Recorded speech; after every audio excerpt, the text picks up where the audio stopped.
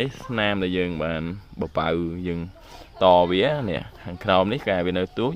ដើមស្វាយប៉ោមហើយឥឡូវនេះពូជស្វាយខ្ទិះនេះឥឡូវវាផ្លែហើយនេះ3ឆ្នាំក៏ប៉ុតអានេះបើយើងដាក់ទីតាំងវាល្អតើ1ឆ្នាំឬ1ឆ្នាំជាងហ្នឹងវាផ្លែហើយចឹងជម្រាបសួរបងប្អូននេះជាដើមស្វាយខ្ទិះដែលយើងតមេឃវាជាមួយនឹងគល់តម្រវាគឺយើងយកស្វាយប៉ោមនេះស្វាយប៉ោមណាយើងយកស្វាយប៉ោមដោយសារអីវាធន់នឹងទឹកហើយវាអត់សូវមានដួងស៊ីទេណា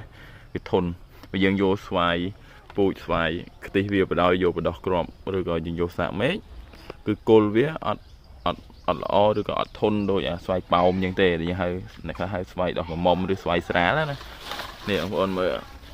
សាំនៅក្នុងថង់ខ្មៅអត់ទាន់បានដកផងឥឡូវសារវារីកគល់ទៅវាអាយ៉ះថង់ខ្មៅណាយើងក៏ទុកវានៅហ្នឹងទៅនេះអញ្ចឹងបងប្អូននេះស្នាមដែលយើងបានបបើយើងតវានេះខាងក្រោមនេះកាយវានៅទូចដើមស្វាយប៉ោមហើយឥឡូវនេះពូជស្វាយខ្ទិះនេះឥឡូវវាផ្លែហើយនេះ3ឆ្នាំក៏ប៉ុតអានេះបើយើងដាក់ទីតាំងវាល្អតើ1ឆ្នាំឬ1ឆ្នាំជាងហ្នឹងវាផ្លែហើយអញ្ចឹងណាយើងមើលផ្លែហើយដើមទៀបទេដូចបងប្អូនមើលជាក់ស្ដែងណានេះទៀបទេប្រហែលជា1ម៉ែត្រជាងឥឡូវវាផ្លែស្អាតមែនទែនចឹងងាយបងប្អូនចង់តពូជមេឃពូជល្អនៅលើដើមគល់ស្វាយដែលយើងគិតថាយើងអត់ចង់បានផ្លែវាទេអាចកាត់ដើមវា